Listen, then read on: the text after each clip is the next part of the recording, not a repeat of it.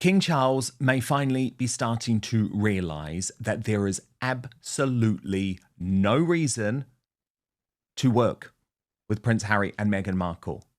This idea that anything positive can come from having an ongoing relationship with them is for the birds. Paula Frolic Uncensored, reporting that the monarch has withdrawn his invitation for Harry and Meghan to come to Sandringham over the summer. And the best news is that this is a response to what she describes as the Australia trauma tour. And I am delighted by this because I have been really disappointed to see Charles's courtiers brief to the Daily Mail, oh no, we're not going to punish them. We don't want to upset them. The titles aren't going to go. The line of succession isn't going to go. No, you've got to do something, Charles, because this is getting worse. And they're embarrassing you. They're embarrassing you in Ukraine. They're embarrassing you in Washington, D.C. They're embarrassing you on the internet. The royal family is actually coming through this whole series of events pretty well. But Harry and Meghan are going to be the constant thorn in your side if you don't listen to William and take further action. So that's why this is great news. Paula goes on to reveal, I'm told by another friend of the king, that Charles won't invite them, especially not after their trip to Australia. Harry, who likes to speak about anti-bullying, is seen as a bully inside the palace. Absolutely, he is. When he doesn't get what he wants, he stamps his foot like a child and not only does what he was going to do anyway, but then tries to emotionally blackmail his father with his own children, Archie and Lily.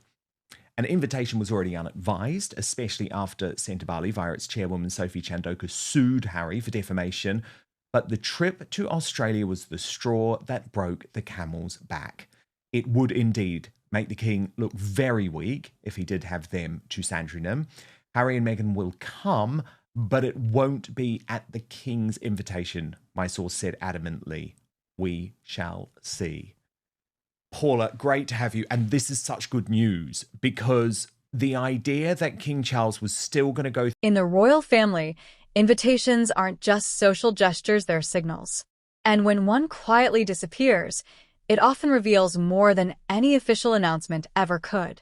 Because this situation isn't simply about a missed summer gathering, it feels like something much more deliberate. When distance becomes policy instead of circumstance, you have to ask what really changed behind the scenes. Humiliating him and keep on trying to cause damage for the British royal family, I think was going to be very difficult for the public to stomach. So what are you hearing about this decision?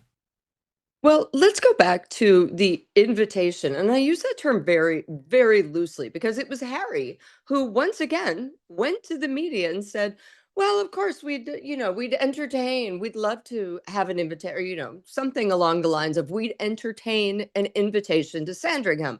Of course, he wants that because if you're invited by the king, you automatically get state funded security, which is all he cares about. He doesn't want to spend any more dollars of his own, quickly running out. And then he put on, it would be lovely for the family to meet the king. And of course, it would depend on who was there, AKA William and Catherine. And it was, at the time, it was blatant emotional blackmail for the king. However, the king and the palace did put something out, a statement out that was quite strongly worded.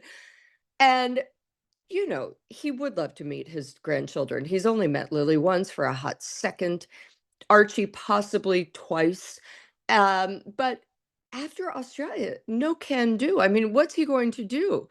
How is he going to deal with it when Meghan shows up wearing a dress and it's immediately sold online? We're going to meet the in-laws, what to wear to a palace, what to wear when hanging out with your dreaded stepmother. It's insane and it's tacky and it cannot happen. And he also knows, as does everyone at this point, that Harry and Meghan have zero cachet right now, not in the States, not in the UK, not anywhere. And in order to get it back, they need some royal shine on them. They need to just rub themselves with a little royal on all over and let it be known that once again, they're back in.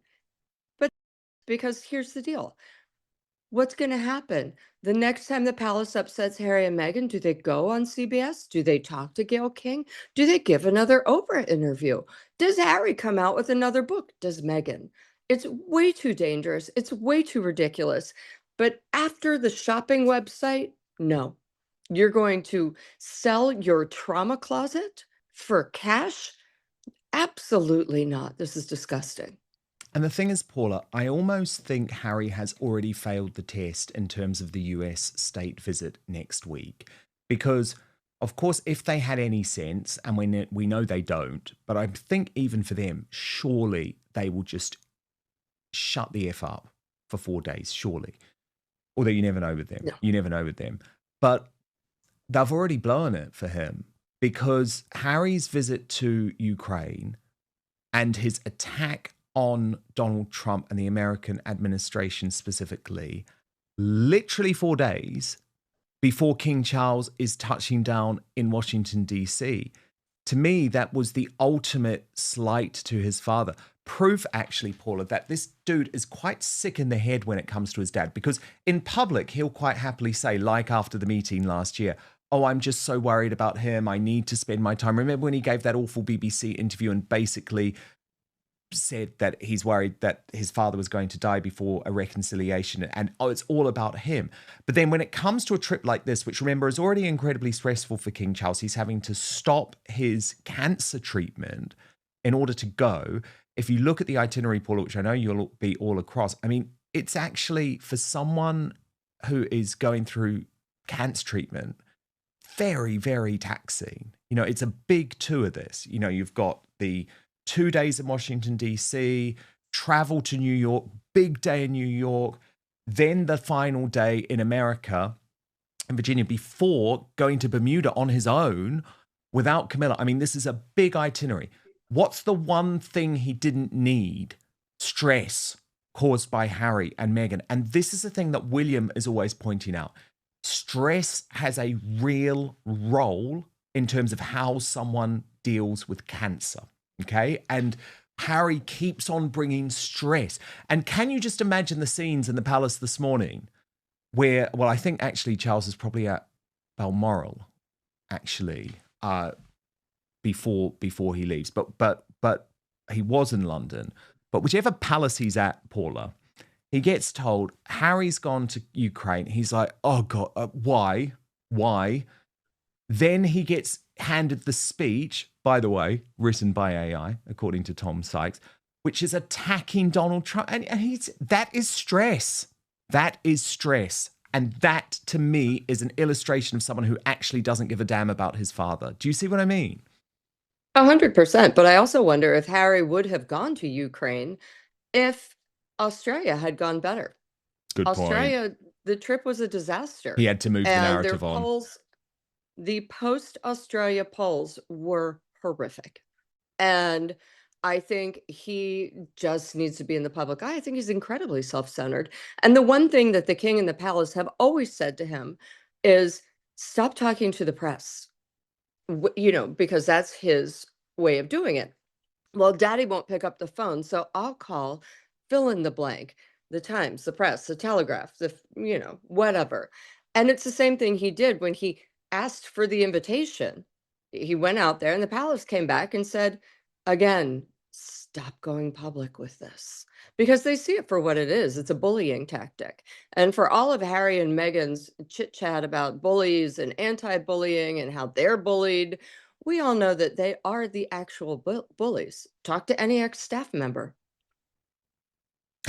Well, on that very note, Paula, on that very note, I really did enjoy your episode of The Royalist with Tom Sykes this week, where he was talking about this moment with Sarah Fosmo, Prince Harry's chief of staff, where Meghan quite obviously gives her the death stare. And anyone who has worked for Harry and Meghan knows that you get the death stare in public, but what you get in private is strips torn off you. And Tom actually reported that a lot of the former staff members had sort of, I guess, had their PTSD from working with Meghan, sparked by that little moment. And they describe the fake Duchess as a workplace psychopath. Watch this. Crazy video clip of Meghan giving a staffer a very dirty look, and former staffers have exclusively told me it gives me PTSD. It's classic Meghan, literally a workplace psychopath, smiling to the public on one side of her face and glowering at you on the secret side. The woman treats anyone she has power over as totally disposable. You are just treated like a tradesman who is there to fix the toilet. I mean, I can't. I mean, and by the way, a tradesman who fixes the toilet, of course you're nice to him because you Yeah. need your toilet to work. Yeah. And Meghan hasn't learned that rule of, if you want things to work, if you want things to go well, you have to treat the people around you well. It's the same thing. And I've said it before, I'll say it again. Same thing that my mother used to say when I first started dating 904 years ago. She said, never date a man who's mean to the waiters because that's exactly how he's going to end up treating you. And, tick-tock. So true. I doubt that Sarah is escaped unscathed. The clock is also ticking on how long she's going to work there. But, hey, Harry, this is your bed. You're lying in it. How's it feeling? No. Well, we know not very good. Because, number one, do you know, I mean, you know everyone in American media, Paula.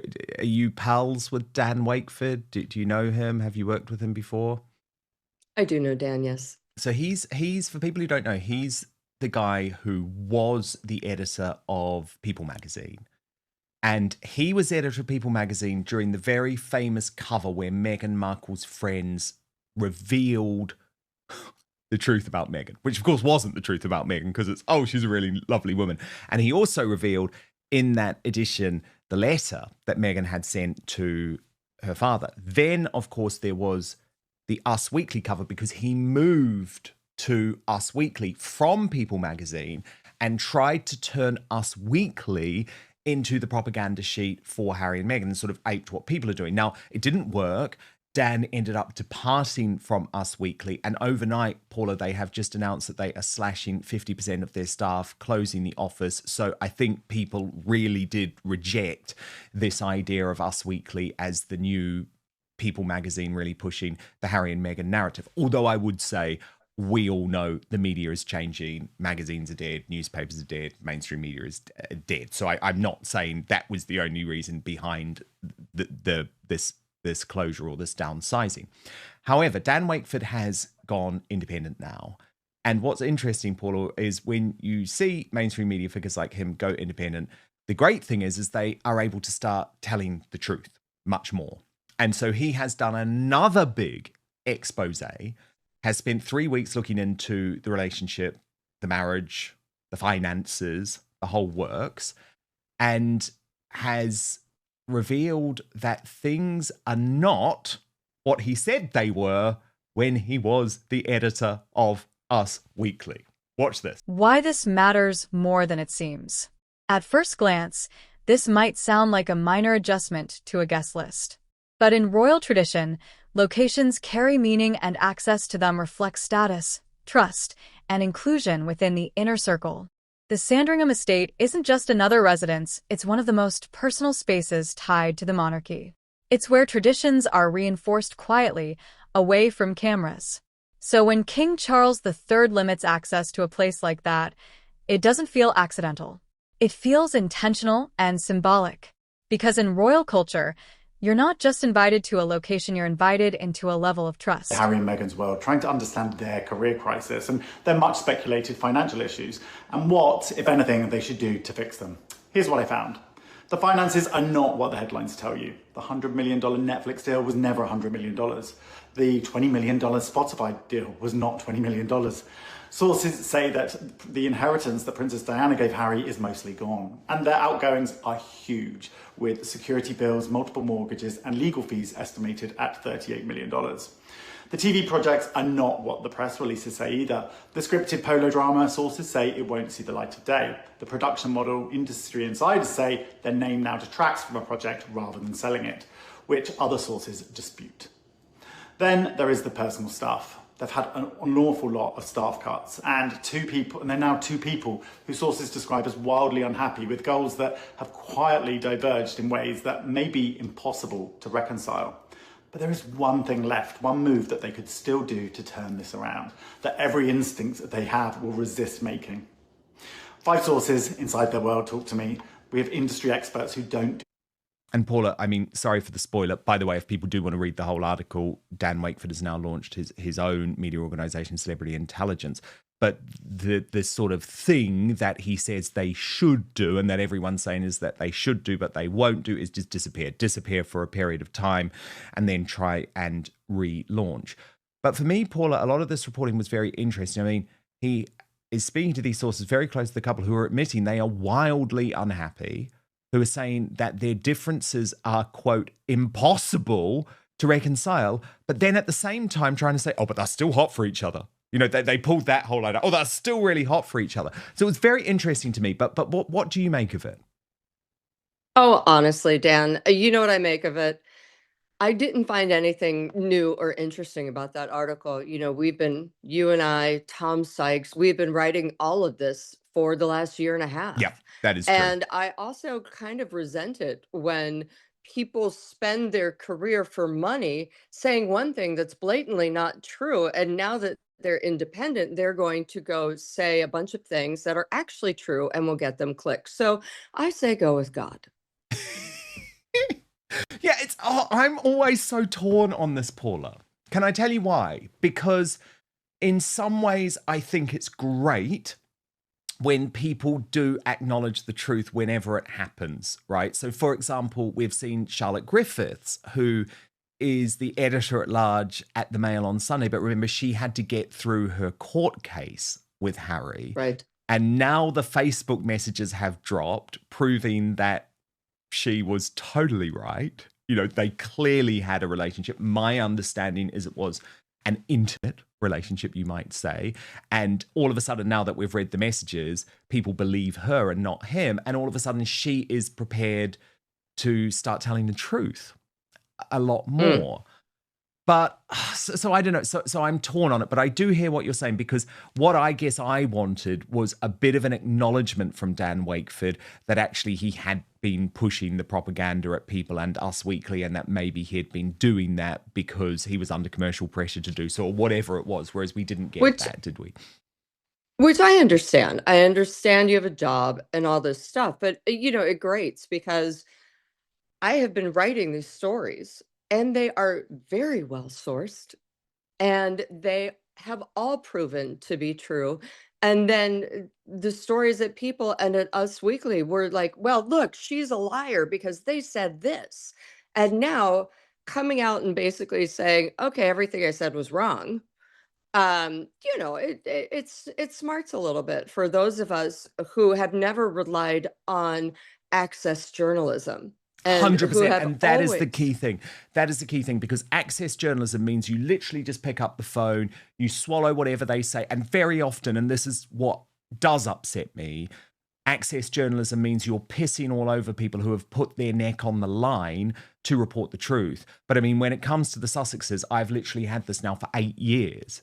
For 8 years, they have been denying my stories. And then it's like, all of a sudden, for example, I'll give you one this week. Hugo Vickers comes out in his book, and remember, he's a great guy, close confidant of late Queen Elizabeth II, finally comes out and says, oh, yeah, the Queen was worried that Harry and Meghan were wired and that they were secretly recording the conversations and potentially trying to set them up. I mean, I reported that back in 2020, Paula, and at that point, people were calling me a conspiracy theorist, even though number one, it was incredibly well sourced. The information that I had, which was from inside the royal family, I'd just broken the story of Megxit at that time. But also we had the pictures. Like there was actually pictorial evidence showing Harry and Meghan being wired up at these events. So I do understand what you're saying. It is frustrating. At the same time, though, I think if people move, the more and more people that move towards the truth, the better. And I do think what this week has shown, Paula, is that Harry and Meghan's allies in the media now, in the mainstream media in America, are really limited. So basically, he now has Town and Country and People magazine. That's it. Don't forget Vanity Fair. So you look at Sunshine Sax's contacts, and they've been calling up a specific person at Vanity Fair. They've been calling up Town and Country on the regular. There have also been new Instagram sites like Royal Style Watch and some other ones that pop up. Yeah, we're suspicious of that. Public appearances often serve one purpose outwardly, but internally, they can carry entirely different implications. For Prince Harry and Meghan Markle, every appearance exists on two levels: global perception and internal royal interpretation. And those two don't always align. What resonates as bold or refreshing to the public can sometimes feel disruptive within an institution built on consistency and control. So when narratives begin to diverge between how the public sees events and how the palace interprets them, that's when friction tends to grow. Not loudly, but steadily. Very fascinating. And you know what? I do want to agree with you. I absolutely am excited for Dan Wooten to keep coming out with the truth and to keep breaking stories and, possibly even giving those of us who have broken them first some sort of hey, good job. Yeah, indeed. Indeed. I mean, look, it is a crowded market, but I think the thing is people understand the truth. People understand the people who have been telling the truth for a long period of time, as you have, as I have, and that does matter. It does make a difference. Well, I wanted to speak to you about King Charles's address to the nation. Please do. This week, because I actually think it was really undercovered. I was surprised, actually, that more was not made of this, because this was a king, in my view, Paula, who was hitting back at some of his critics, and I think I'm probably in that camp, and Tom Sykes is probably in that camp, saying that he should consider abdication because of what's going on with Andrew, and also because of what's going on with his health. And you can see in this video message, which was pre-recorded in the library at Balmoral, just how much his health has suffered. But this was the king saying, hell no. Hell no. I sign up to my mother's approach, which is absolutely no abdication. And weirdly, Paula, even though I disagree with him that it's maybe not the right path, I respect him for being so bold about it. Watch this. About the times we now live in, I suspect, may have troubled her deeply. But I take heart from her belief that goodness will always prevail, and that a brighter dawn is never far from the horizon. In this, I renew my own solemn pledge of duty and service to you all. God bless you, darling Mamma. You remain forever in our hearts and prayers. So, Paula, this is only the third time outside of the Christmas messages that the king has delivered this type of broadcast. I mean, the first, remember, was just, I think, 2 days after the death of Queen Elizabeth II. And to me, it was very significant. He was saying, no, I'm not abdicating. I am not abdicating. And I don't blame him, actually. I don't know if he should. What would be nice is if he would be a stronger king and do as his mother did, which is always protect the crown. And by protecting the crown, sometimes you've got to trim the fat. One of the most overlooked aspects of the monarchy is how it processes conflict. It rarely reacts instantly. Instead, it absorbs, evaluates, and responds over time. That's why decisions like this often appear delayed. They're not reactions, they're conclusions. The system surrounding Buckingham Palace isn't just about family, it's about continuity, stability, image. And when something is seen as potentially destabilizing, even subtly, adjustments are made not always publicly, but very deliberately.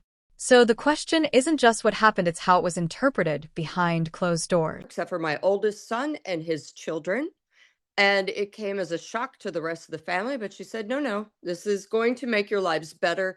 Please trust and believe.